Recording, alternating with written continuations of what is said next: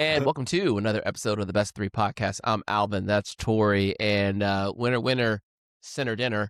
Yeah, Mr. Jannik Sinner is your first Sunshine Slam yeah, double winner in since about 10 years. 2017, Yeah. almost 10 years. Mr. Roger Federer was the last to accomplish that on the men's side.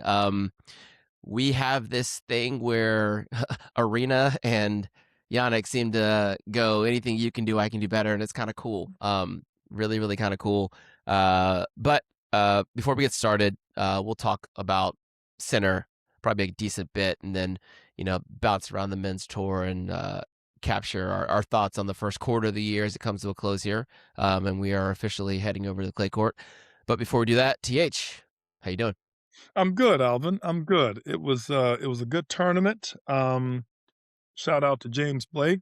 Jimmy B did a great job as tournament director. I thought the whole tournament went off. Obviously, Miami, you're going to get some rain and had it tonight as well. And I thought they did a nice job of trying to work their way through the South Florida weather as they could. And I thought it was did a nice job. Had a lot of big names. Had a lot of I want to say some surprises on both sides of the draw.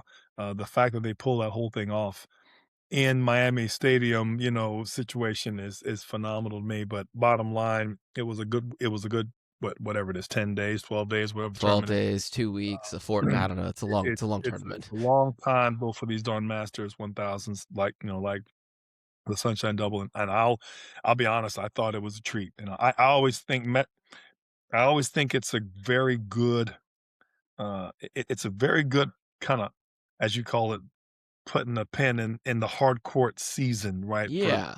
going back in. I wish it were later. I wish it flip it, the tennis commissioner in me wishes it will all be part of a certain season, but it works. It is what it is, and quite frankly, this year's iteration was phenomenal in my opinion. So Yeah, and it seems like it doesn't really matter where you put this tournament. If it's on hard court, it feels like Yannick's coming for it.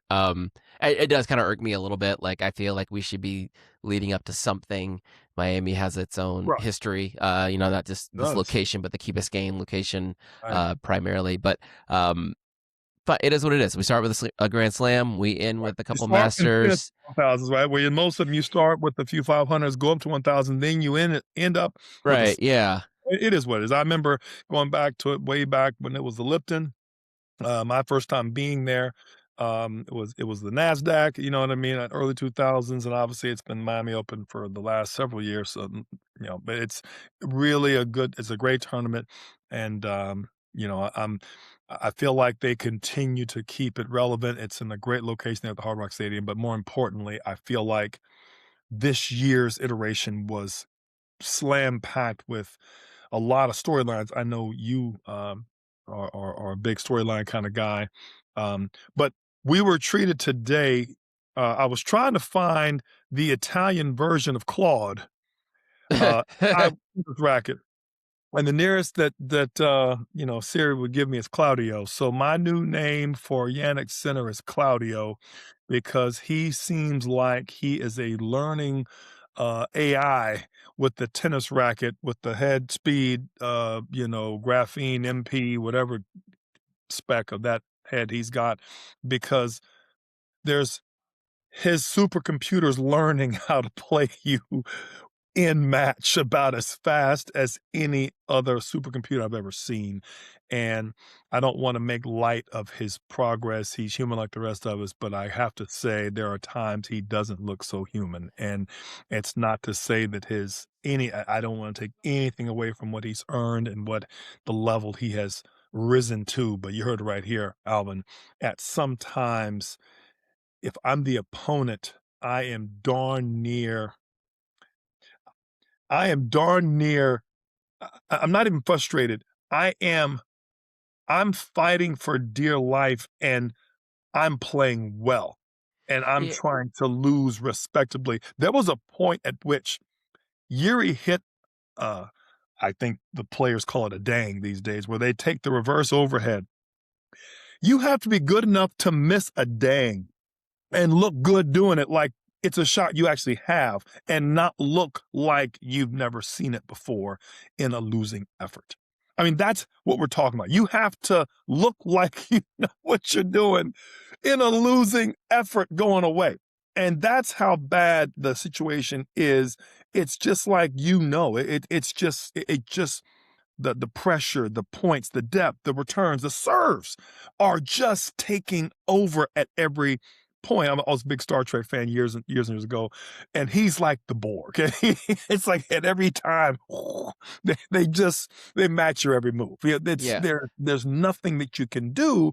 And again, hope for a bad day, hope for some hot temperatures, something. I know we're getting to the matches, but overall, and I want to give him his full props, congratulations on the Sunshine Double, but he is raising a bar pretty darn high. And I want to put this back in your court before I hand it off back to you. Your favorite term is a certain profile Uh-huh. that right. And he is making the profile that is possible to beat him even smaller or and even more inopportune. So you're gonna have to create a way, and I say create, you know, because you don't necessarily develop this. This is every way you play, he's got you. So you're gonna have to find a new way, a new tactic. The basic styles, no, throw them out because he's so good at those. He's looking for you. You know what I Yeah. mean? And I want to with that I want to throw it back to you. Yeah, so from a standpoint of like, and kind of take this in a few different directions, but Yannick, and not to be hyperbolic, right? But he is doing everything that you would ask out of a tennis player at about a 9 out of 10 right now. Obviously he is beatable, right? This month, no, but prior to this month, like, he did lose in the semifinals of the Australian Open, right? That did happen. He did lose early in Right. Doha, right? Don't forget, Mensik did beat him. So like, it Right. it can happen. It does take a couple of yeah, one, Other you need world, the right. yeah, you do need the right level, and then you need to have that level be firing on all cylinders on that day, and you And need you need him a down a little court dip. low, You just a need court low. you need a little dip there. And so that happens all, that scenario happens to all players in a, Yeah. a myriad of situations. But um Yannick right now, it's like the profile. Let's start there, right? Yeah. If we were going to put together the profile of the player that beats him, I think you look at someone like a Mensik, right? Yeah. Even take a look at what Lehechka tried to do today, Yeah. and you take a look at let's think about some matches that haven't gone so well, right? Basically, you have to serve big Yeah. and you have to hit spots. And Yep. this is something that I've become so impressed with Yannick.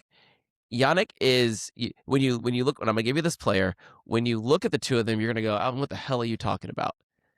But when you start to look at the numbers, Yannick Sinner is serving like a modern day Pete Sampras. Yeah. When he is down love 40 on his serve, you just know three first serves are coming in, and they're not just going to be in with pace. He hits spots Yep. as well as anyone else in the tour. Novak has gotten to this point in his career, Yep. being able to spot serve as well, but Yannick can spot serve with pace, and he's done it. He's been able to harness that ability at a much younger age. I mean, Yep. this is something that you've seen from him. Has gotten better, markedly better, even since the U.S. Open of last year, I when he, agree. had to tinker with the serve a little bit, had to dial It's it in. Australia in January, Alvin. It's gotten better. I Yeah, I mean, mean those. Yeah, some of them weren't there when he needed them in Australia, but but he did play the best returner of all time and right, won Novak Djokovic. So a and had previous chances. version of AI, you know what I mean? I might add. Right. So, this is now Claudio and Chat Chat Novak PT. I mean, I'm just saying, Alvin, we're talking about the highest level of returners in the game and he serves. I take the Pete Sampras. They mentioned they had a storyboard up there as well that they mentioned it was Pete and I think they mentioned Roger both, and I think he's serving at a level compared to both of them. It's a difficult comparison for the purist in me because their games are so different, Yeah, and but that's why I it say is it looks. a spot on comparison in terms of serving, holding serve, hitting spots. So I take that very well. And I would even put in a few other players in that serve very efficiently, and didn't really get broken that often. And and I say that to say I totally agree with you. And while he doesn't have a howitzer, he doesn't need one because Well, his so darn serve that's the is thing. just so accurate. That's why I give him the Sampras and even the Fed comp, in that they weren't. The Sampras probably a bigger server than Fed, but there were bigger Right, servers, but right, not better right, servers. It's the right. pace versus precision conversation. Like, Yep. Jannik can do a lot with a 125 serve. Um, I saw Yuri hit a 135 early in the match, and Jannik put that damn thing like 4 inches from the baseline in the middle of the court. Like, the heat is not the heat's not everything. It's the No, placement of the heat, because all these guys can get a stick on it if you put it in the in the shot go out. radius there. Right. Yeah, they can all get a stick on it. And with you know advancements in racket technology and string technology, they take a step back, they can just take a cut at it. And And phenomenal hands and feet and right, yeah, you're almost worse off going 135. Right to the slot. I'd rather you go, 117 and put it out here, and yep, that's what Yannick's doing. It's yep, he is mastering precision, yep, um, without sacrificing the pace. And you see the guys that he is above. I know the ATP has this composite score for servers, and it takes together it's a serve rating, and it's a combination of like first serve percentages, right. points won off first serve, second serve percentage, yada yada yada, so on. Holds. Composite, the whole thing. Throw it all together, put it in a blender, and he's number one. He's also number one in returning as well.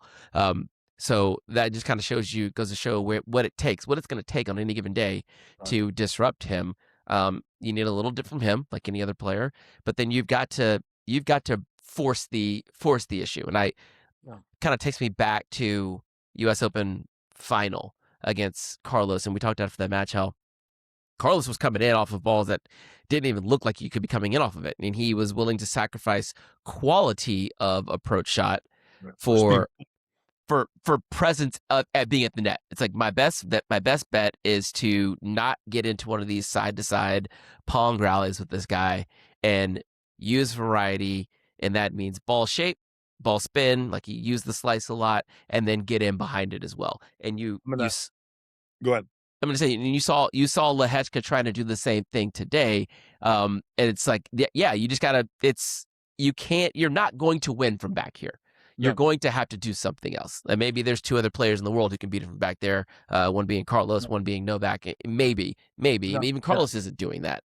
Um, I don't think so. I don't think you're gonna beat him. Let me, because I feel like I cut you off twice. There are two decisive ways to beat him from the back of the court. You have to change direction first before he does. yep. And you have to give him less pace. I am convinced, Alvin, that there's a third way, but it's more nuanced and it doesn't get you very far. All right. Let's start And with the first third, one. okay, first way, redirect first. Yep. You have to go redirect, big, big shot, corner. He's human for about a second. You better connect and you better connect well. Go behind him, go in front of him, doesn't matter. But you better move him to the outer, not even the outer thirds, Alvin, the outer 2 feet of the court Yeah. to Get a foot in stretch the alley. out wide. You gotta, if you're not a racket length from the alley on either side, off of the first strike, you're in trouble. And you need a serve that gives you that ball. Number one, redirect. Number two, you better come in on the second strike, on the follow up, the Mm-hmm. +2, because only then is he on the run enough, moving enough, balls low enough, preferably even a shorter ball. You mentioned Fed. Fed had this ability, Alvin, to hit a short slice on the backhand cross. He would draw you in enough that you would either have to go heavy cross back to buy time to go back, and of course he would go line, but he's moving you backwards. Mm-hmm. If you were dumb enough to go line, he went behind you or cross court in front of you, and if you came in, he passed you. He put you in this very tough triple threat kind of a position that it was really, it was really the Bermuda Triangle. What are you going to do? Yep. And if you didn't have, there's only a few shots. I remember when I was working with Sko. I said, Sko, I've broken this thing down. It's like a Rubik's Cube. You have to go back hard angle. I said, nobody does it because it's too high risk. I said, but he has you all the other ways. And when Sko played him in 07, Sko had a couple of good points against him off this very rally. And I remember Fed looked over at him when he pulled that play, like no one does that to me. And I'm looking over like, yeah, because nothing else works. You know what Right, I'm saying? right. Well, I say it to say, and unfortunately, Skoke was 0-4 on breakpoint opportunities in that match, and Fed was 3 of the 4 breakpoints he had against Sko. But I say it to say, not that he was going to beat Fed that day, but he was close enough. It was only a few breaks of serve in that 3 best of 5 set match. The point I'm getting at is you have to look at what a guy does and throw everything else out the window. If you're not going to go open court, if you're not going to come forward within the first 3 to 5 shots, you can't come in on ball 2. He passes too well. But you better get in on ball 3 through 5 fairly soon. And I want to tip my cap to Sasha Zverev for trying this in the opening few games. He got a little bit away from it midway through the first, but it was working. And he did a little bit of it in the second, and he was holding serve. The problem is, Alvin, and I want to go back and recap all 3 points. You get to a point where you start to feel it by going big, and you think that big is the same as wide, or big is the same as I'm hurting him. You're not hurting him. You're only hurting him if you go wide. And so the problem is when you start going bigger, you don't hit it as wide. Jannik, Claudio, Sinner loves the pace and will hurt you off your own pace before you hurt him. And that's the issue. Go So back to my point. You got to move him early, redirect early. You got to come forward between ball 3 through 5, okay? And you got to find a way to either off-pace him and make him create the pace, and then when you lull him to sleep for a ball or two, you can't do that for long, then you sting him and either redirect or try to get him behind it. Yuri Latch did it a couple times. Sasha did it a few times. Otherwise, you get into the rhythm rally, and I'm convinced there's nobody better. And so the kicker there is like, and I like the way that you laid that out. So just for a quick review, right? You've got to go behind. You've got to change directions early. That's 1. 2, you've got to. The third one, actually, I like the third one a lot. As far as you have to use shape.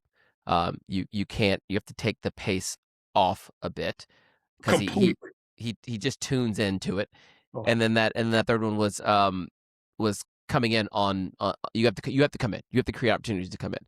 And right. And this is you can't just do one of them. Unfortunately, you have to do all of them. Right? You have to do all of them, and you have to take advantage of any one of those 3 tactics. That's right. Probably you might need all 3 within one game, right? And that's why right. Yeah, true. And that's why it is. I mean, that's why he is what he is, right? It's a very difficult task to even grasp, right. Even more difficult to pull off. And I remember Demonor, he said it well, and I think it covers a lot of players on the tour. It's like these 2 players, Carlos and Jannik, force you to raise your risk profile so much and right. play in effectively red line, right? Because if you aren't, let's say, we're not saying take pace off the ball. We are talking about pace of a different style, right? As opposed to trying to go through the court, you're going to need to go up and out of the court. That is not a hit that same ball with less pace. It is hit a different ball well, right? And for you to go behind him early or go change directions early, you need to hit a serve that puts you in a position to change directions early, right? It's like my case in point from earlier, like Lehecka goes 135, boom, but it's back on his toes. He's not changing directions on that ball. He lost the point in the very next shot. Not only did he not change directions, it didn't work out for him. So it's high. It's a high bar. It's a high bar, right? But you've seen, we were talking earlier about the match with Sasha, right? So very interesting in that. The same way we talked about Fonseca getting a chance to play center and then Alcaraz kind of back to back, right? You get to see, when you see the same player play 2 guys pretty close to one another, you can see the differences. Like Fonseca didn't change much between those matches, but you can see the differences between the opponents, right? Yeah. Carlos has had Carlos. Zverev has had the opportunity to play in Yeah. his last 3 tournaments that he has Multiple times. Sure. played Carlos, played played center last 2 weeks ago in Indian Wells, Yep. played center 2 days ago in Miami, Yep. tried something different Yep. against center in Indian Wells. It didn't go. He tried to rip, right? He tried to Yep. rip. He redlined. He tried to Yep. redline early, hit himself right out of the match, Yep. right? Today or 2 matches ago, 2 days ago, he brought back some of his regular standard ball, but Mhm. took a different approach Yep.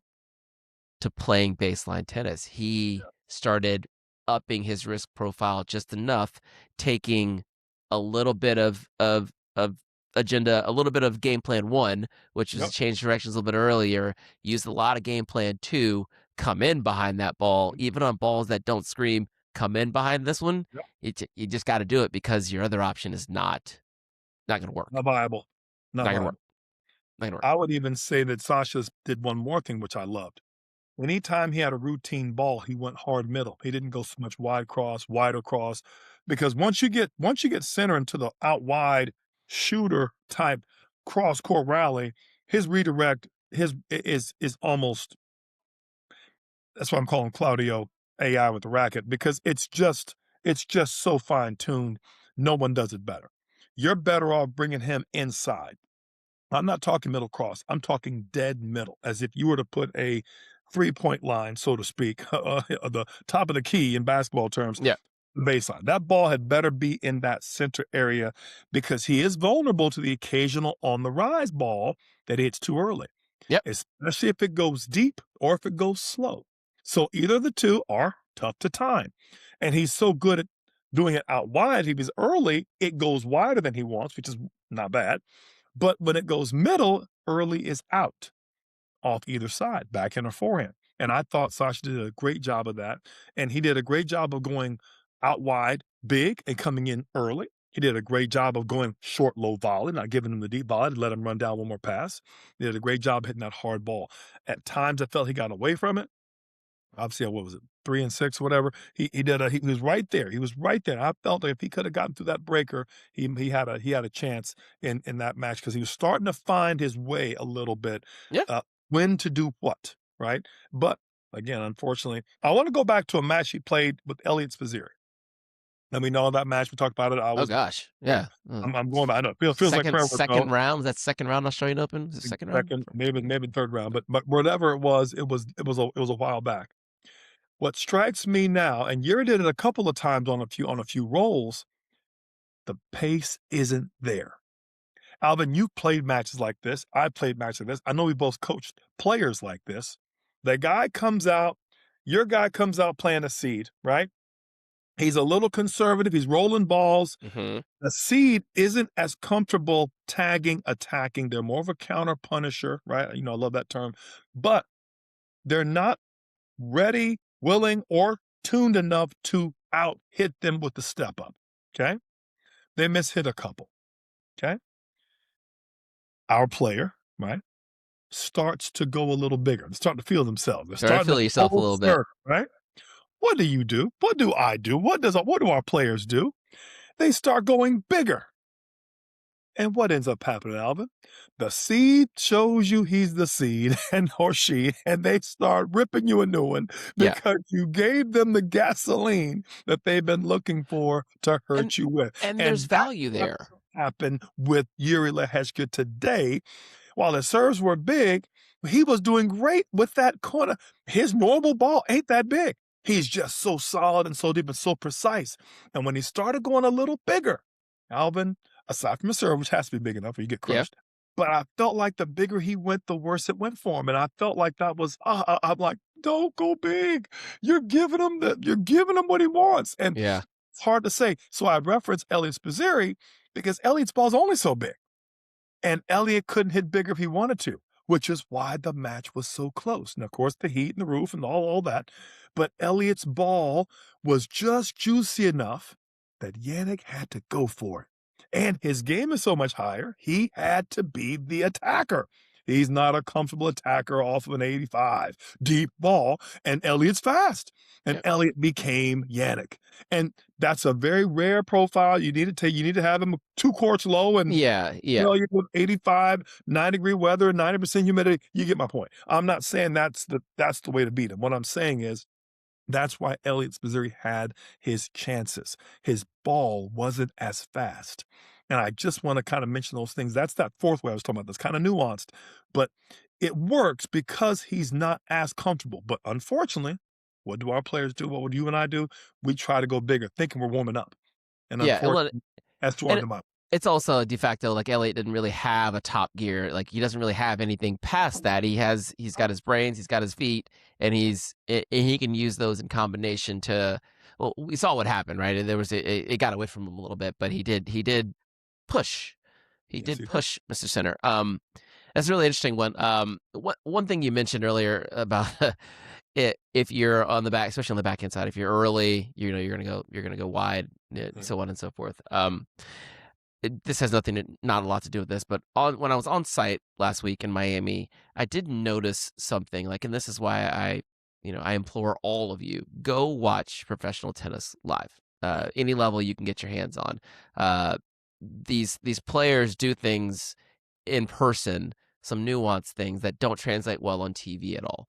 And specifically, I saw on multiple courts, especially on the guys' side, multiple players. You assume we always talk about trying to hit a true topspin ball, right? Mhm. You hit the ball clean, you want to see the thing spinning over, right? So many men, so many men, specifically on the backhand side, utilize side spin Mm, on purpose. mm, On purpose. Very similar to how, we talked about Medi a couple weeks ago, how he shovels that backhand around the court, right? Yeah, just yeah, getting that hand underneath it and just kind of just doing some weird things. And he doesn't have that true, you don't often see that true topspin ball. I mean, obviously he has it, but these players are so good at manipulating their hands and the ball in different ways that, again, you don't notice it so much on television unless you're actually truly, you're not watching the ball and you're watching them. right. Um, Kind of slide in behind the back of balls to get Grades it it to, a certain yeah, way. Yeah, come in like east to west across the back of the ball, or right to, or west to east if you're right-handed, to get the ball to stay low and yep, still travel forward, yep, usually on an inside in back. And let's say you don't have time to get yep, around and hit that forehand, okay, let's just grease that inside in backhand to yeah, tail away. yep.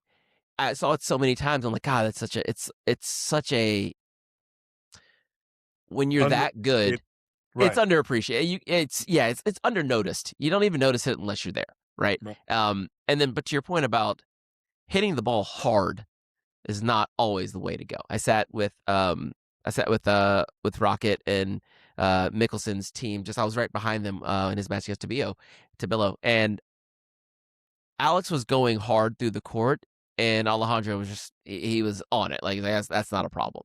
Not a problem. I mean, Alex is hitting backhands cleaner than Christmas, 4 inches over clearing the net, just darts through the court. And Tabilo's just, nope, lefty, boom, got this all day, all day. Not until Alex was able to add some shape, That's right. just get him out of the rhythm a little bit, did you Yep. start seeing those clean forehands get a little bit crunchy. So yeah, the segue, let's get back to what we were talking about. um I even forget where we were, to be honest with you, but center, You know, it small profile, and you were talking about sometimes that backhand graze inside, outside to inside is enough to throw off your rhythm. It doesn't give you the clean ball, and it throws you off enough to get the ball they're looking for down the line to run you, and that redirect. You can't. In other words, you can't sting. Big cross look down the line, because by the time you sting big cross, and a player like center and most players can step back in a redirect, you've added or injected pace into the rally and to your own demise. And I yeah, think that's also what you're mentioning, is that the ability to bring that ball inside, the ability to go dropper at a moment's notice is something that you have to kind of keep an eye on. And I just feel like at some point, you know, to go pace big without realizing this is not what I like to do, is to go pace bigger, and then go line. I have to really understand what I like to do well, and play to that, as hard as that may be to do, and as unconventional as it may be to roll, to slice, to it bring the, outside to inside on the ball strike. These are things you have to do to keep these players at just a little bit, give you one more crack at it before they redirect on you, because very few people, Alvin, are good at hitting on the run to targets. And Yannick, Claudio, ChatGPT center is one of the best at them. And I just feel like you really have to look at this a couple of balls ahead. We're not talking, it's a mix between high speed chess, and checkers, right? You got to really understand, I'm going to go here. He's going to do this back. I'm going to do this because I'm looking for this back. That's my shot. And that is just a shot or two, not much farther. And you can't plan much of it out. You just have to know, I'm looking for this kind of response, and I'm trying to get away from this kind of response. If Yeah. I can do that and stay in that wheelhouse, I'm okay. You know what I And mean? But as soon as you start redlining and you start going big and bigger, and he's caught up to your big, it's over. yeah, and that's Oh, the I when you say that I think about Medi, right? And Medi is, he will bear down with the best of them. yep, He will stay in that cross court rally. He's got the tools to do it, but you even saw, finals of Indian Wells. Like he had to go like, I can't do this all day. This is not ideal. I'm gonna have to pull and do more than I'm used to doing. And he had some chances as well, and similar to Zverev. But that's that's the kind of that's where we are right now. And yep, as you see, like these two players, I would say between Sinner and Carlos, we're a little on serve right now, right? They both participated in 4 tournaments this year, the same 4 tournaments. Sinner's won 2 of them. Carlos has won 2 of them. They haven't played. I yep. like it. I Yeah, like a little time. Let this sure. thing breathe a Sure. little bit. Sure. And I would say they're on serve. I mean, yep, Carlos got the big prize in the beginning of the year. Yep, Car- uh, Yep, Senator did not. I think he responded in the best possible way. All right, I'm taking this double, and then off we go to back yep, to Europe for the clay court season. But before we go too macro on the opening of the year and our yep, thoughts and some of the players we wanted to talk about, um, one of the players I think that we're both feeling really strong about had probably the match of the tournament. mhm. Won Artur Fils against Mr. Tommy Paul. God, that Hate man. to Right. I mean, there had to be a loser, and it sucks the way the TP went out in that one. But we got a moment in that one with a 7-6, 6-7, 7-6 victory for Mr. Artur Fils. I'm not even going to say that Artur's back. Artur's back on track, because when he got hurt last year, his trajectory was going up. Sure. I think we are right back to where we lost him, and he's still going up. He's climbing. Um, He's climbing big time. Looks better than ever. Um, Looks fit, looks strong, looks looks fit, focused. looks confident. They're Yeah. my words, Alvin. He's playing well right now. Yep. And you gotta, you've gotta really understand what that means in the locker room. Tommy Paul was up 6-2 in the breaker, up in the Yeah. third.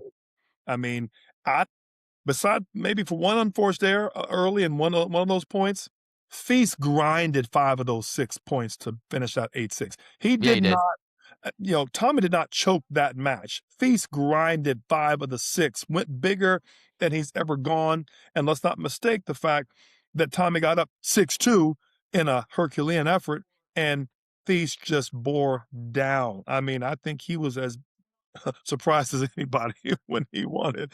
But back to the macro point, Arthur Feast is doing a very, very well. And we called it last year. I was bummed for him because I knew I know what I see. I see it in him. He's doing great. Got hurt, pulled out of the French or whatever it was. I think right after the French. Right after I think he had I think it got hurt this tournament last year, right? And then he played the French, and then he was done pretty early after that.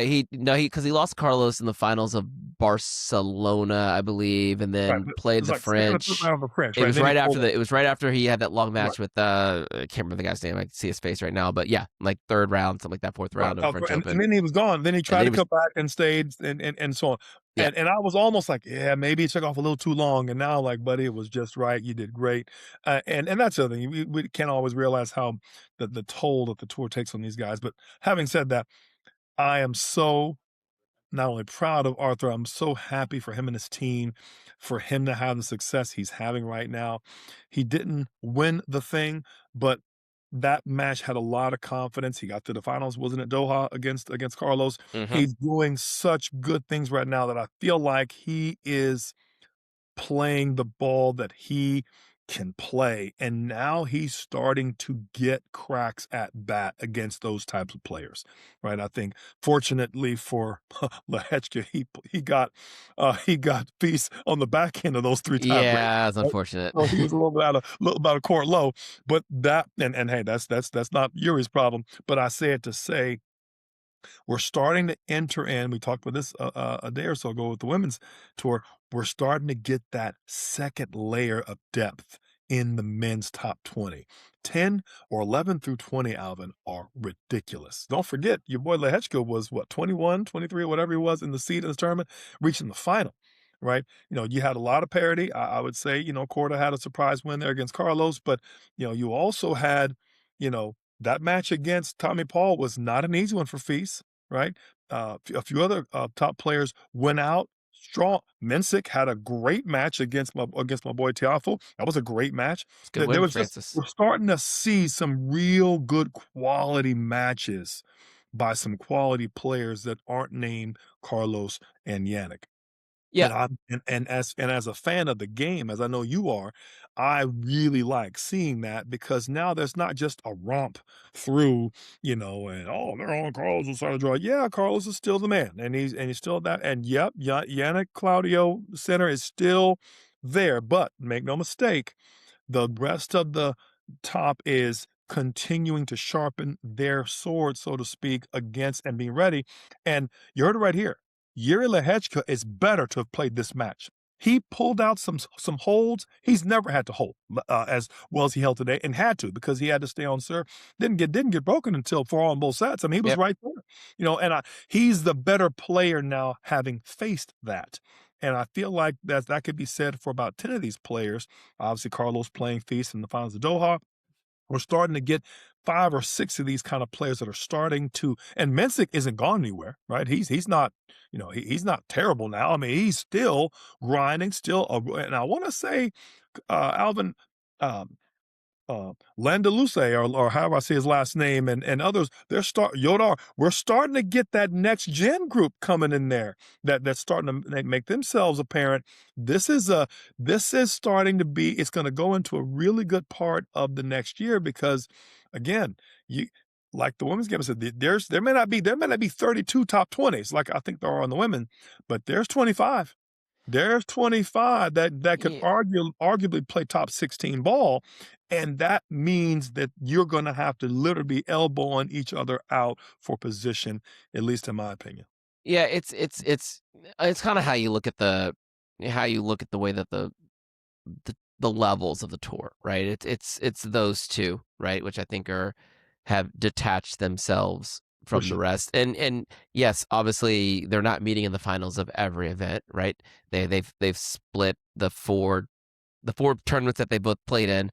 They've split them 2-2, right? And they have not played each other in the finals. So obviously they're not going to make the finals of every single event. Things happen. But I think you have to look at, I've been saying this one a lot and I feel really confident about it.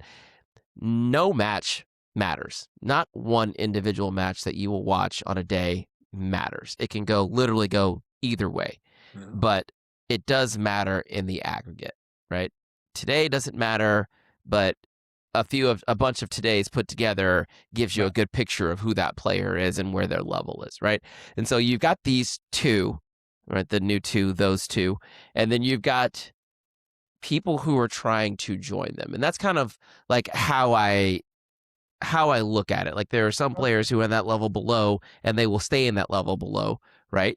And try to make a good match of it. And Yep. then there will be some one or two that burst through that level and beat one of these guys in a final, like in a way, in a match that like a match that actually matters, like a big one, and or beat one of them and then go and win the tournament and say, I am one of these. Like let's say Sebi Korda beats Carlos Alcaraz and then takes a march and then beats Sinner in the final. Now you've said something. Like that is a statement, right? That is maybe not Sebi in this particular conversation, but you know what I mean, right? Like Yep. we're looking for I'm looking for progress for those that could or should break through and Yep. join and compete for slams, like truly compete for slams. And then there's the rest showing that they can, like maybe they're trying to make World Tour finals, right? Like you're trying to get that top 8. I'm looking at like your Felixes and your Taylors and your Lorenzos and your Bens, right? Those guys who are like, okay, maybe Ben and Lorenzo think that they could be in that group, but I probably not, right? But someone's got to be top 10, Yep. right? And like you said, there's only one top 10, but there's more than 10 guys who are playing top 10 quality tennis, right? So for me. that makes it for us, for fans, Oh, right? It's one, great. It's great. It's one. really, really good matches to watch on any court, every tournament, every week. It's amazing. Tennis, I feel like tennis is really in a healthy spot right now. And I like to see some of our former high achievers like Yep. Daniil Medvedev, like showing a little resurgence here. Yep. I, along with you, love what I'm seeing from Sasha Zverev right now. He's trying different things. He's Yeah. coming out of his comfort zone. He's Yes. trying to make a run at, like, I won't be mad if he wins a Grand Slam. I kind of feel like He's due. He's due, and the way he's playing, the way he's playing. He's playing like a person that is hunting for it, not a person who's hanging on for somebody Right. Exactly. opportune win. Exactly. Yeah. Yes. I hear you. I'm going to push back on a little bit of it, but I get you in the overall, in the aggregate. To your point, here's how I see it, and I'm, we agree on. We're looking at the same masterpiece here. I'm going to Sure. just point to maybe a subtle, we're at the Louvre, you and me, and we're splitting hairs on what we see from this abstract right here. Right. Right. What I see is this: in reality, it's just our opinion and our whatever we're going to call ourselves, high level fans. You know what I mean? Is what I call ourselves. I see two front runners that have taken off and left the pack. And I see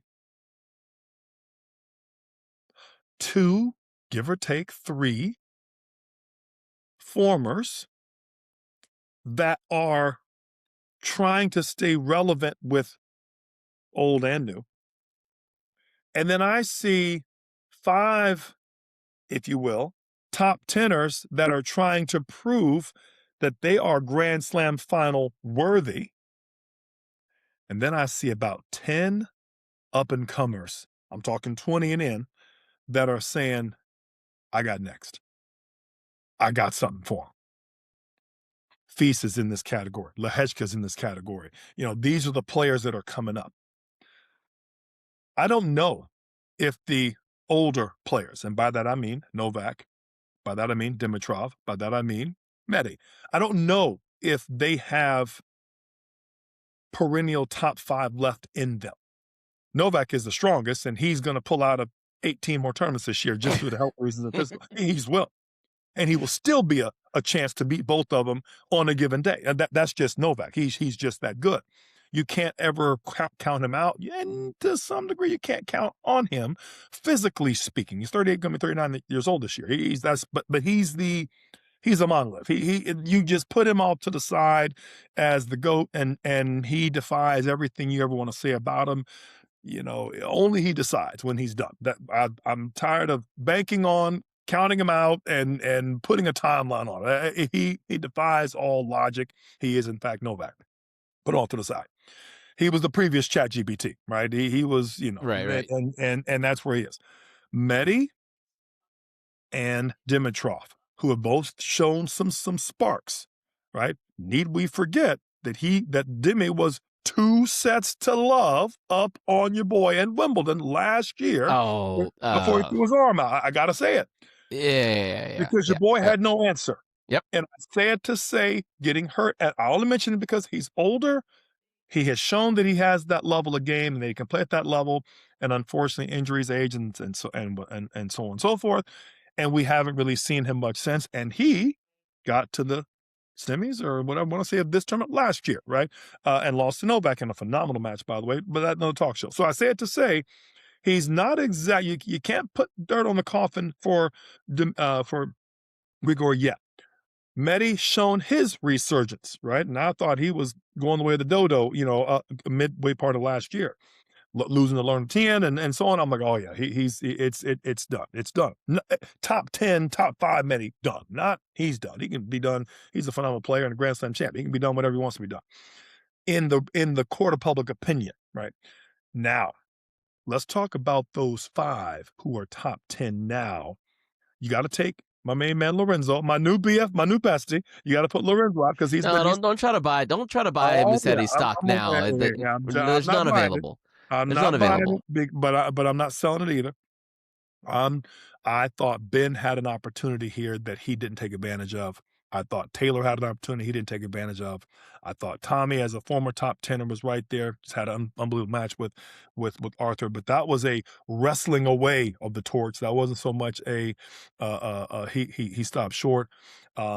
Francis is a tough one because he's a former top tenor who is now, maybe just a little bit past his prime. He wouldn't be in the same category, but by definition, he would be as high as his ranking has been in the past. And now you're looking at that group of 5 to 10. Demon R is another one that you're starting to look at and say, okay, guys, are you getting closer to this? Or are you getting further away from the pace that the distance that the front runners have set? At some point when you're running a marathon, Alvin, and the 1 and 2 to beat are already a minute or 2 ahead of schedule in the mile time of the 26 miles, you can't think they're going to slow down and give you a 2-minute over mile later on in the race, right? And they're going into the hills. So they're going into the hills of the course 2 minutes ahead of schedule. And you're sitting there trotting along at a good clip, checking your watch, checking your heart rate, and you're like, I feel good. I feel good. Well, and that's the thing that bothers me when people, it came up yesterday after our women's, our kind of women's Q1 / Miami Open, whatever. It's like when you say a player's catching up, right? It's like, oh, they're catching up. It's like, well, the person that they're chasing is not stopping either. Thank you. They are also progressing because they have their own goals, right? So if you want to say the gap is closing, it's like, well, you need to show me that the person in front is actually moving back for the gap to be closing. It's like maybe we're all just going downhill now. You think you're going faster, but you're not. The other person's going faster too. That's right. But continue. That's right. No, it's the old me and my friend Eric Dobsha, we have we do a lot of Smoking the Bandit references, we're gaining on him. No, you're not. No, you're not. No, you're not. They just didn't play last week. You know what I mean? You ain't gaining on nothing. You're finally coming back to relevance. And that's what I mean for a lot of these the second half of the top 5 that are in this weird predicament. Out there who I didn't mention, and I got to keep mentioning because I think you mentioned him earlier, and I've known this young man since he's a younger guy. The problem I have is Sasha Zverev is that one player, just young enough, not 36 or whatever like Dimitrov, and 38, 39 like Novak. I got to think Sasha's a little younger than Medi, but they might be closer in age than I think. I know you'll probably tell me here in a second. Yeah, Sasha's 28 and Medi is 30. So I figured they were close, but I thought Sasha was younger. He's just young enough to still be, quote unquote, in the prime. He has enough looks at both of them to be relevant. He gets looks. And he's always in that. He's always getting looks. So he's always in that semi, so to speak. He's not losing second, third round to some guys that may or may not be that level. He is the one person why I feel has the best chance with all things being said. He has the big serve. He can come forward. He has a solid backhand. He does handle balls well. He doesn't miss much. He's not so streaky. And if he were to tweak to come forward more, if he were to, he has good hands at the net, Alvin. He is that He one does. Yeah. person that has the things that you could, in fact, say, if the sun, moon, and stars were to align, he could beat one and the other. My pushback on you isn't that it's not possible to beat one of them. My pushback is it's not possible to beat both of them. There is one person that can beat both of them in the same tournament, and that person is Alexander Zverev. Novak cannot do it physically anymore. He showed in Australia he can be one of them if everything goes to plan. We know Novak's stick is without question. But that will take a toll on the elder statesman in the next match. He played a phenomenal set against Carlos and instead couldn't finish it and at that same clip and was playing phenomenal. It just is at some point by the time kicks in. We know Dimitrov is a question mark, and we know Medi. As good as he can play, Medi with all his ground strokes, he's going to hit himself in that wet paper sack, and he's going to expend so much energy. I've said it before, death of 1,000 cuts. And Medi is a former Grand Slam champion who knows Former #1 in the world. former number one in the world. Thank you, and one or two finals of slams. Two. I want to Oh say two. God, the one I he want to say won, he two. lost there, lost that one. I think he To lost my point. To two my or point. three, and then yeah, won one. Master, as English say, mustard. He is 100% mastered. We don't question his stick, his experience, and his track record, his body of work. But But that only leaves a couple that can actually do the thing back to back. You saw it with Corda. I don't care if Corda's dinged up or not. Corda played the match of his life. Carlos was a court low. Sebi doesn't have it in him like a lot of a lot of 20 and out or whatever players to do the thing twice. That's his career win. That's not him breaking through. Where I feel like a player like an Arthur Feast just needs a little more, I'm going to say the long-term physical stamina and mental to get through two matches like Tommy Paul's en route in a 2-week setting to get there. But again, my main man is 21, 22 years old, Feast, right? He ain't 32 and he ain't 28. And so Feast can still get there. I'm talking about the guys that are on that aging side of things, like your Taylor Fritzes, like your Tommy Pauls, like your D Menars. I'm not sure, Alvin, if there's going to be enough time on the clock with the pace that Carlos and Jannik are setting for those players. The sun is setting a little faster than than we might think. And the new up and comers, I'm talking the Feach, Lehechkas, Mensik, they are starting to make some headway, closing that gap. And that's my point. You're not going to close the gap on 1 and 2. You're going to eh, close the eh, gap on top 10 / maybe top 5. And that's what I'm getting at. the interesting part about like the Medvedev versus the Zverev conversation, like I think Medvedev has more players that he can lose to than Sasha I does. agree. It's very hard to beat Sasha Zverev. Like It really it's is. he has a big serve and then also makes Great. balls. Like it's and Yep. can finish at the net. He doesn't get there as much as we'd like for him to, but like there's a reason why he's always 3-4 in the world over like I don't know, the last 8 years or so. He's just kind of been there. Like before the new two were there, it was him, and That's 3 then before. yeah, he was He 3 was before, 3 and it was Nadal and Djokovic in front of him. So like he's very hard to beat. One, Right, so like yeah, occasionally he'll lose in the first round of a Grand Slam. It happens to all these guys. It can happen early, right?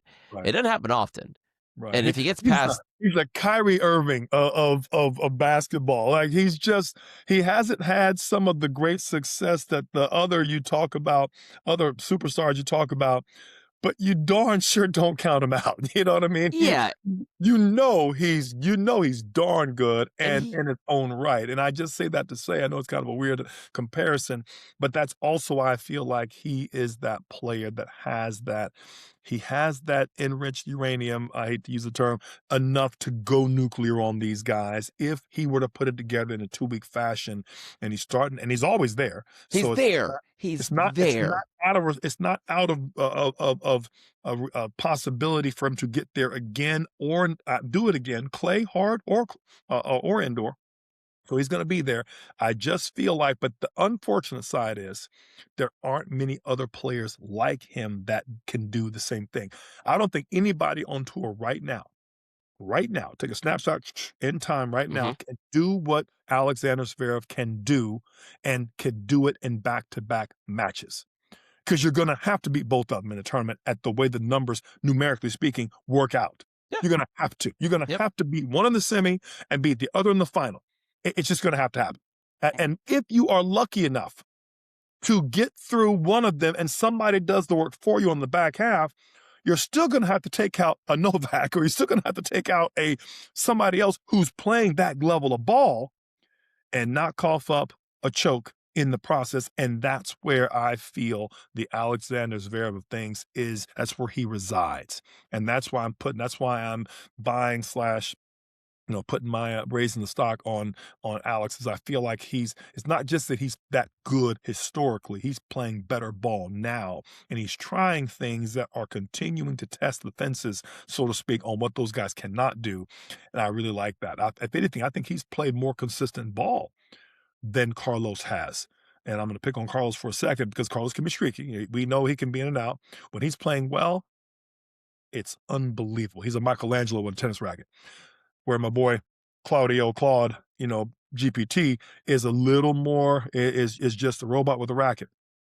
The Zverev has Tron tendencies. He can go in there and figure out how to make things happen on the computer, and he can make artwork with the AI pencil and against my boy. And I just feel like that's a very specific combination, which is why I'm so high on his possible wrecking ball into those twos, as playing spoiler on one of those two. But the problem is, the flip side of that is there aren't many other Alex Verevs right now out there, and it's going to be tough sledding going in through the clay season. It's going to be tough sledding to disrupt one of them if your name isn't Sasha Zverev.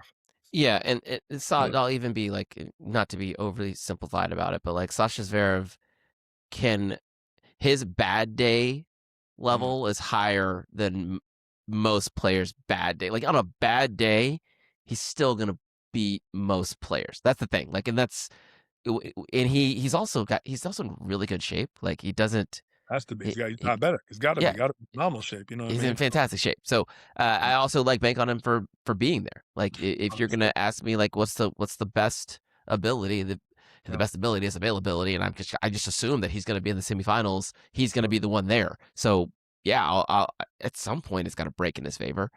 Alvin, he was right there with Carlos in Australia in a Sure, almost 5-hour match. sure. That Carlos took advantage of a couple of, he might be in better shape than Carlos, truth be told. If But we I say that to say, Alvin, and I don't want to keep waxing poetic on the guy that lost in the semis. I get that. This is Jannik's show. But I feel like it's important to mention. It's kind of like people were kind of sleeping on Andy Murray, back in the mid 2000s all the way through to mid 2010s. You know what I mean? Murray was always that good. You knew there were players like a Gael Monfils, like a Joe Willie Songa. There were players that could, like my main man Thomas Burdick, and so on and so on. Phenomenal players. That could hang, that could do. Guillermo Cañas, J.C. Ferrero. That him, I know him, but there were players that you knew were going to get to that semi consistent, like a Burdick. And I feel like he is that, but he's the 2020s version who's that much better. And he's closer to the Murray of things that can steal one, right? Closer to where Marin Cilic just kind of stole one in the middle and kind of went back. He's closer to the Murray slash Stan Wawrinka that can steal one and beat both of them in the same tournament, which is a very, very hard feat to me when you're going up against some of the world's best. And my only problem is I don't see another one like him to add that level of parity in the draw. And quite frankly, I'm worried about some of the top fivers, 5, 6, 7s, that are now coming upon that numerically challenged score. The way the draw and points work out, they could play those players in the quarters now, Yeah, not yeah. in semi. And if they lose to them, then numerically speaking, they are going to now find themselves in round of 16 territory and outside of the top 10 very quickly. If they don't pick up a few 500s, a few 1000s, and so on. And it puts pressure on your body of work outside of the slams, because you numerically speaking will come in playing one of those guys early. And if one thing I have learned from Jannik Sinner is that he adjusts so fast.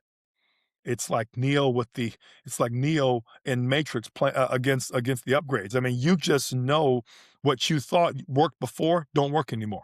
I mean, the computer, the architect has figured it out, and they got something against you. So anyway, La- I just feel like that almost hurts the rest of the people, because they have not uh, had either the opportunity or the enough looks at it. And the top, who are kind of there now, know they can't beat them at the current rate, and so now that lead unfortunately expands, you know what I mean? And as I say, it's gonna be some tough sledding. This clay court season is gonna be very interesting to see how things, yeah. sift out. And before we kind of take a look ahead, there's kind of one I've kind of had this conversation a few times this week, and people ask me like about the difference between Alcaraz and Sinner, and my oversimplified takeaway is Carlos probably has a slighter higher ceiling. He's got that gear that he can get to. He Sure. can, but his floor is a little bit lower. Yeah. 100%. So His Jannik, the but tennis that Jannik will play in this tournament, Indian Wells, will look very similar to the tennis that he'll play in Rome, which will look very similar to the tennis he's going to bring to the French Open. And if Carlos is off by a hair, Jannik's got him, right? But if Carlos is feeling good and they both bring the best versions of their game together, extra gear It's 1%. He's got that 1%, that slight edge. that I no one agree. else has. Yeah, and he 100%. can go there and turns into like Super Mario with the star, right? Yep. It's just a Yep. little bit different. Yep. It's hard to bank on it though. That's where the lower floor comes into like He the match you banks saw. on that. He banks on that star, so to speak, a Right. little too much. And I will add to that, he's also more prone to not just the variance in level, he's more prone to be streaky in routine matches that will drain that extra star power in matches and in rounds he doesn't necessarily need to. And I think that hurts him over the course of a fortnight. It hurts him in the case of, and as players continue to get better at him, he knows the match isn't necessarily in jeopardy, but he also can't close you out like he'd want to, as methodically and surgically as Yannick will. And I that's so a benefit of the two styles, right? Which is why it's a good fire and ice combination, right? Because we as the fan get the benefit of that variance, yeah. I'll also push and say that I think we're starting to get into this point now where Carlos he's gotten into this like he views the slams a little differently. Like he'd like to win all the time, but I truly think that from what I've seen over the last 5 Grand Slams now, we're talking, Right. his ability to focus in Oh yeah. at the Grand Slams, Yeah, best over 5. Yeah, he's it's not a yeah. joke. It's not happening there. It Right. might happen here. It might happen in Indian Wells. Whatever. He's ready to get back to the clay, and like a Yep. lot of these players are. But I don't see that happening in the French Open. I don't see it happening No. at Wimbledon. You're going to have to beat him, like beat Oh, him, which is why he has not lost the 5-set match like in like 5 years. So right. that Right. No, you're absolutely right. give me the aggregate there. Like yeah, there's no. But if he's a little off, Right. yeah, I do trust the I do trust the machine from that Right. standpoint. And the 1000s are now like 250s to him, like they used to be. You hate to say it, but he's like, "Nah, let me get out of here." You know what I mean? More jet, I'm out. It's You know like what I mean? it's interesting. They're starting to use this term of big tournaments, right? And like how many big tournaments that Jannik has won, and it's like, well, it's like it's the slams and they're putting in the Masters 1000s and they're putting in the ATP Tour Finals, and it's like yeah, whatever. Like Right. everyone knows what the deal is. These Right. guys are counting big bucks here, right? Right. They are in slam or bust That's right. category. They're going for history now, That's it. they're That's it. not going for stats and this and that and the third. They are going for slams, and they're going for history and legacy and putting their stamp on both, and that's and hey, good for them and good for the game, you know what I Yeah. mean? So, As Jannik would say, what's let's see what's coming. right. Yeah. As we look forward to what is coming, Yep, just kind of a quick feel. We've got about 7 weeks on clay here yep. from Monte Carlo all the way to end of Roland Garros ish. Maybe a little bit longer than that, maybe a little shorter. I can't do math. Anyone that you're I'm gonna say not necessarily worried about, but like you place a lot of stock on what they have to get done over the next few weeks. Um, Someone like Taylor hasn't had the best bit of run in the last, I'd say, 6-ish months Yep, or so. He's serviceable on clay. Obviously, not his best surface. He's got his eyes towards grass. yep, But you mentioned Casper last time we got together. yep. I feel like someone like Casper, if he doesn't steal some points here in this Sunshine swing, he puts a lot of pressure on himself coming into the clay court season. Who are you excited about? Who are you worried about? Outside of the guys that we talk about all the time. Excited about I'm excited about Arthur Feast. We mentioned Yeah. you already know. I'm not gonna say anything more about my main man Zverev because he's already there. I'm excited about Casper Ruud. We mentioned him before. I'm excited about Jakub Mensik. Um, I'm excited about I hate to, obviously Lechka, right? I'm excited about Yao. I'm excited about I'm gonna give you one more learner 10 and so on and so on. I'm excited about everybody who might Rafael Yodar. I'm excited about even Landa Luce is gonna I think is gonna show people some things this clay court season. He's starting to really come into his own. Who I'm worried about? I'm worried about Taylor Fritz. I'm worried about um I'm worried about Taylor Fritz a lot. I'm a little worried. I'm a little worried about a lot worried about Bublik, right? I don't think he's Mm, had the staying power that he's had before. I'm a little worried about Kaboli. He came out gangbusters last year. I'm not sure if he's playing that same level of ball right now. I'm worried about um, players like catching off. I'm really worried about Andre. Rublev. I'm that older guard that's starting to slip a little bit. Not worried about Demonar. He's too physically fit to do his thing, and he's too tough to play. I'm not worried about Tommy Paul. I'm not worried about. Um, I'm not worried about Ben yet. I thought this was an opportunity for him that he stubbed his toe, but I feel like the more he can go as his serve goes and as his momentum goes, he's only going to get better on clay over the years. So he's a different track, and because his serve is so darn big, he's always relevant at grass, always relevant on any surface with the serve, except for the most elite of returners. I'm not worried about Felix, honestly, right now. I think he's playing some really good ball, could yeah. turn the Yeah. needle and do some nice things. I mentioned Rude before. He's a veteran. He does his thing.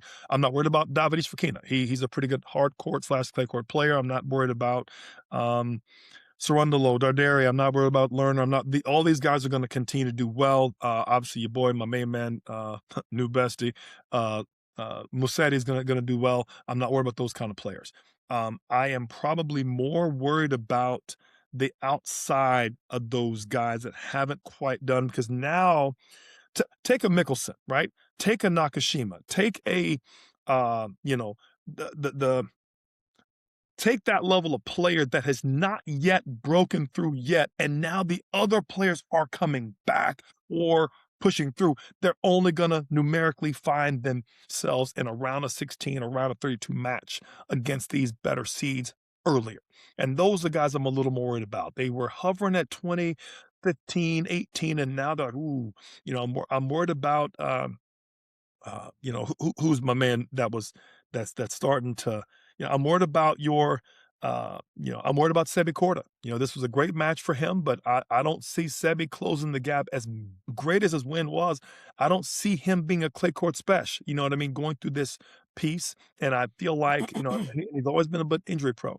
Anyway, that's where I'm at. What about you? Where are you with it? And I know I threw out a lot of names there, but I've been thinking about this a lot.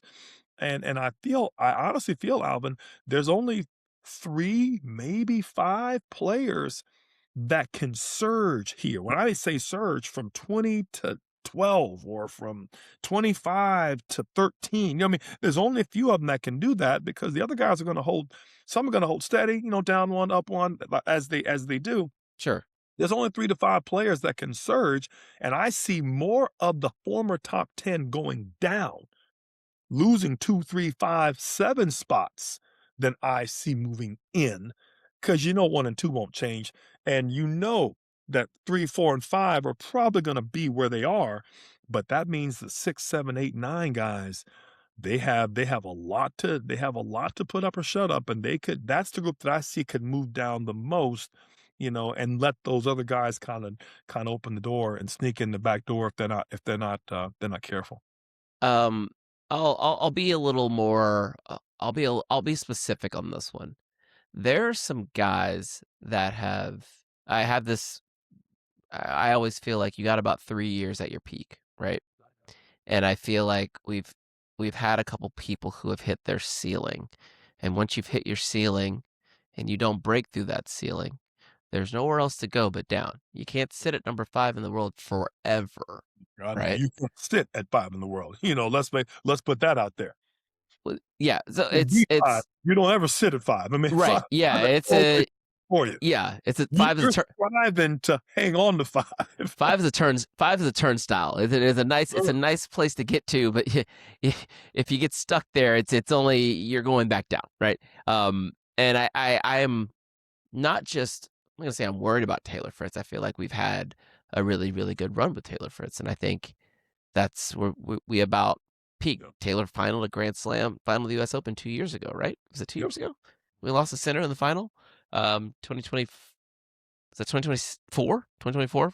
Um, I think that was the top of his mountain. I think, and I say that as someone who has a lot of respect for Taylor and his professionalism and the way that he carries the pail and the hard hat every single day. But I feel like the bag of tricks is empty, Yeah. and he's got a lot riding on Wimbledon.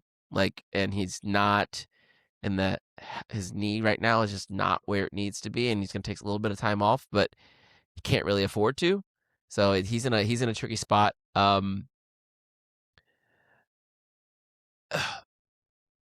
Demonor Hmm, maybe similar. interesting. I just don't know that. Like again, like I said, he's at 6 in the world right now. Like, Yeah. is he going to get to 5? Is that where he pushes to? Okay, Yeah. if He they, was it's yeah. either that or he's going the other direction. Like it's one of the He two. was the And one guy that I could see staying inside top 10, only because he is 6. He could fall down as low as 9 or 10 and still hang, and when it gets back to grass or hard court, he's fine. I don't think he's a phenomenal clay courter. He's not a terrible clay courter, and his speed and his fitness are obviously top notch. But I agree with it's you. the lack of I weapons that agree with bothers you. me. Like a weapon for sure, but he can play good enough ball to get through. He and Tommy both, but I agree with you on Taylor big time. I also agree with you on Ben in the sense of clay Oh, court season. I didn't say Ben yet. I didn't say Ben yet. I'm saying Ben, and I'm saying Ben for the clay. I'm not saying Ben for grass. I think Ben needs to really get better at the grass court and really understand his serve and start to really get better at returning to make the jumps that Taylor did a few years ago. It wasn't that long ago. He was losing into Rafa, with that underhand serve situation that he was playing, and he was that close from breaking through, beating one of the greats. He, Ben, needs to get to that level. What he showed us a few years ago in Australia, he really needs to make that be a mainstay for him for the grass, as big as his serve is. And I want to give it back to you, but I want to just say, you look at those, your 6, 7, 8, 9, right? Your Demonar, your Taylor, your Felix, your Ben, your Daniil, right? That's it. That's your 10. Those guys to me are 4 of those 5 are in trouble going 3 of the 5 are in trouble going into this clay court season. Taylor, unfortunately for me right now with his health and everything else, is at the top of that list. The issue, not the issue with Ben, but the thing that is of concern is that he is right there in between. He's 20, I believe he's 23 years old, so that puts him right there in the middle between Carlos and Jannik. And he keeps meeting them in Grand Slams, and he keeps losing to them. There is a compounding Right, impact there over right, time, and that is what. And it's not. We understand that he is making micro improvements. That right. is that maybe don't show up clearly on the scoreboard, like Sure, taking sets or, right, stealing a win off of one of them in a non-grand slam, like, sure, that's not happening, right, but eventually it's going to have to happen before it starts to impact the way he feels going into the matches. right, Right? right. Some people like to call it scar tissue, and I feel like that word gets thrown out a lot, but it's not like directionally it's correct. I think directionally it's accurate. Yep, So that is something I'm a little worried about. The rest of the guys, like I think Jodar, obviously, well, there's a lot of talent there. I think it's just a little right. bit too soon. Sure. Mensik, if I see Mensik fall apart in a deep match again, like he's looking better, but fitness is still going to be an issue with him, which leads to him being a little streaky. Right.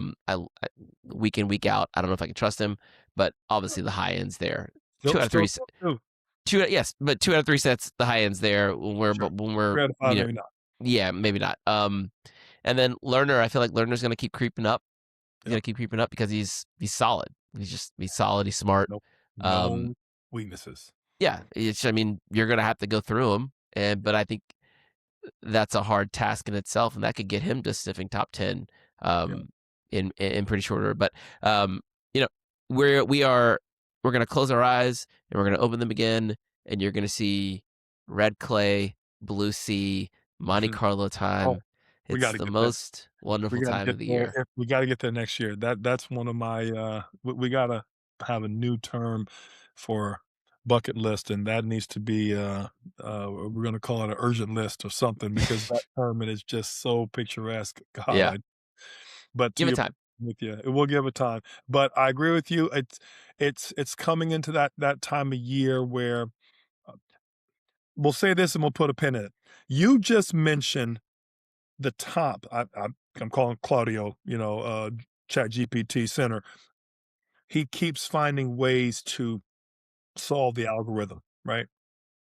It's high time for the 5 through 25 to change their game such that they are relevant on other surfaces and against the top 5/10 more often. They can't just keep doing what they've always done or they'll get what they've always gotten. They are now, you mentioned Mensik and his stamina slash going deep in matches. We mentioned Lehechka. Lehechka's got to get a weapon or two, a little more than what he's got. We mentioned, you can keep going down the list. Feast has to get match tough to do that 2 more matches for a Grand Slam, and they're all showing great promise. Yao has now faced the top 2 back to back. He now knows what he's in for him and the rest of the next gen, right? Blocks, Jodar, Lander Luce, and so on and so on and so on. Mensik, Turner, Lerner, all of them, right? But they have got to now start to take a page out of their book to adjust and be more, I'm going to use the term volatile in a good way to disrupt the other players they're playing against so that they are relevant. I feel like they had the goods to go one more step that maybe some of the players that came before them did not. They have height on their side, they have power, they have serves, they have returns. Can they now just be solid when they need to be and big when they can? Because I feel like that's where they may succeed where others have failed. And they might surpass the level of the Demonars, the Tommy Pauls, the Cabolis, the catching offs, right? Maybe they can push past what those guys can do physically if they could only be as solid as those players have been perennially. And I think that's what we're looking for, in my opinion. Can they adjust? a little bit more. It was a great ad during COVID.